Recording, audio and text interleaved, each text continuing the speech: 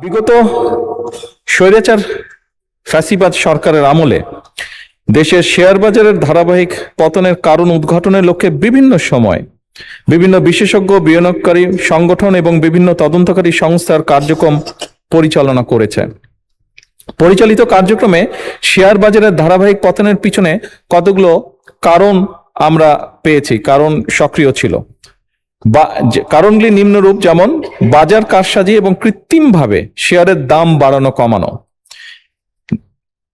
এরপরে কিছু কোম্পানির আইপিও ও বন্ড ইস্যুতে বিভিন্ন রকম অনিয়ম, এরপর নিয়ন্ত্রক সংস্থা দীর্ঘমেয়াদী দুর্বল তদারকি এবং সময় মতন ব্যবস্থা গ্রহণ না করা, এরপরে কর্পোরেট সুশাসনের ঘাটতি এবং আর্থিক তথ্যের স্বচ্ছতার অভাব, এরপর প্রাতিষ্ঠানিক বিনিয়োগকারীদের সীমিত অংশগ্রহণ এবং বাজার আস্থার সংকট, এরপর নীতিগত অসঙ্গতি এবং বিনিয়োগকারীদের মধ্যে অনিশ্চয়তা, এরপর পুঁজিবাজার বান্ধব কর নীতির অভাব। মাননীয় স্পিকার, ধারাবাহিকভাবে শেয়ার মার্কেটের পতন ঘটিয়ে হাজার হাজার বিনিয়োগকারীদের নিঃস্ব করার জন্য যারা দায়ী তাদের চিহ্নিত করা সহ তাদের বিরুদ্ধে আইনানুগ ব্যবস্থা গ্রহণে বর্তমান সরকার পরিকল্পনা গ্রহণ করেছে। ইতিমধ্যে শেয়ার মার্কেটে কেলেঙ্কারি অভিযোগ দুদক কর্তৃক অনুসন্ধান কার্যক্রম পরিচালনা করা হয়েছে, যার প্রেক্ষিতে কতিপয় ব্যক্তিকে চিহ্নিত করে মালামাল সহ তাদের বিরুদ্ধে আইনানুগ ব্যবস্থা গ্রহণ করা হয়েছে। মামলা সহ তাদের বিরুদ্ধে আইনানুগ ব্যবস্থা গ্রহণ করা হয়েছে। এছাড়া শেয়ার মার্কেট কেলেঙ্কারির সাথে আরো অন্যান্য যে সকল ব্যক্তি প্রতিষ্ঠান জড়িত কিনা তা উদ্ঘাটনের কার্যক্রম চলমান রয়েছে। মাননীয় স্পিকার, ইতিমধ্যে শেয়ার মার্কেট কারসাজি, অনিয়ম ও দুর্নীতিগ্রস্ত ব্যক্তি এবং প্রতিষ্ঠানের বিরুদ্ধে Bangladesh securities and exchange commission কর্তৃক শাস্তিমূলক ব্যবস্থা হিসাবে 1497 কোটি টাকা অর্থদণ্ড আরোপ করা হয়েছে। এছাড়া দায়ী বিভিন্ন প্রতিষ্ঠান এবং ব্যক্তিদের চিহ্নিতকরণে গঠিত তদন্ত কমিটির গঠন এবং প্রদত্ত প্রতিবেদনের ভিত্তিতে ব্যবস্থা গ্রহণের জন্য দুর্নীতি দমন কমিশনে প্রেরণ করা হয়েছে। মাননীয় স্পিকার, বর্তমান সরকার শেয়ার মার্কেটের স্থিতিশীলতা ফিরিয়ে আনা সহ বিনিয়োগকারীদের আস্থা পুনরুদ্ধারের জন্য বদ্ধপরিকর।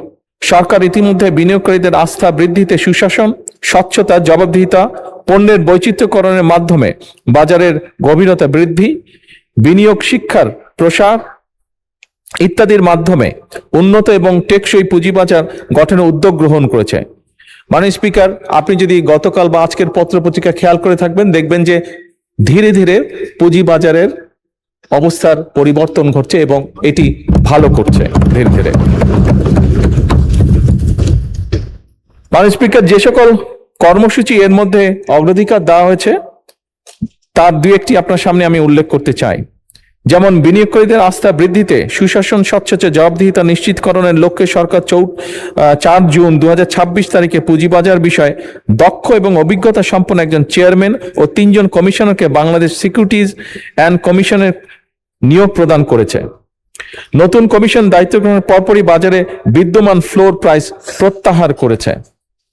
লাভজনক সরকারি মালিকানাধীন কোম্পানি সমূহের শেয়ার স্টক এক্সচেঞ্জে অফলোডের মাধ্যমে সরাসরি তালিকাভুক্তকরণে উদ্বুদ্ধ করা, এছাড়াও বহুজাতিক কোম্পানি সহ উচ্চ মূলধন সম্পন্ন কোম্পানি সমূহের শেয়ার স্টক এক্সচেঞ্জ অফলোডের মাধ্যমে সরাসরি তালিকাভুক্তকরণের সুযোগ সৃষ্টি করেছে। এসএমই কোম্পানি সমূহ ভালো মৌলভিত্তি সম্পন্ন কোম্পানি সমূহ পুঁজিবাজারে তালিকাভুক্ত করা, পুঁজিবাজার কারসাজি বন্ধে অনিয়ম সংক্রান্ত তথ্য প্রকাশ এবং প্রদানকারীর প্রয়োজনীয় সুরক্ষা ও উৎসাহ প্রদানের ব্যবস্থা গ্রহণ করা। মাননীয় স্পিকার, আরো অনেকগুলো ব্যবস্থা সরকার গ্রহণ করেছে, কিন্তু যেহেতু সংসদের সময় অত্যন্ত মূল্যবান, বাকি যেগুলো ব্যবস্থা গ্রহণ করেছে সেগুলোকে আমি পঠিত বলিয়া গণ্য করার জন্য অনুরোধ করছি। সরকারের অনেকগুলো কোম্পানিকে আনা হয়নি, সরকারি কোম্পানি, এগুলো আমরা অ্যাসেস করে দেখব। যদি মনে হয় যে যাদেরকে আমরা দায়িত্ব দেব, যদি তাদের সুপারিশ থাকে যে এইগুলোকে পুঁজিবাজারে এনলিস্ট করলে আমরা ভালো ফলাফল পাবো, অবশ্যই আমরা সেই পদক্ষেপ গ্রহণ করব। মাননীয় স্পিকার, ধন্যবাদ।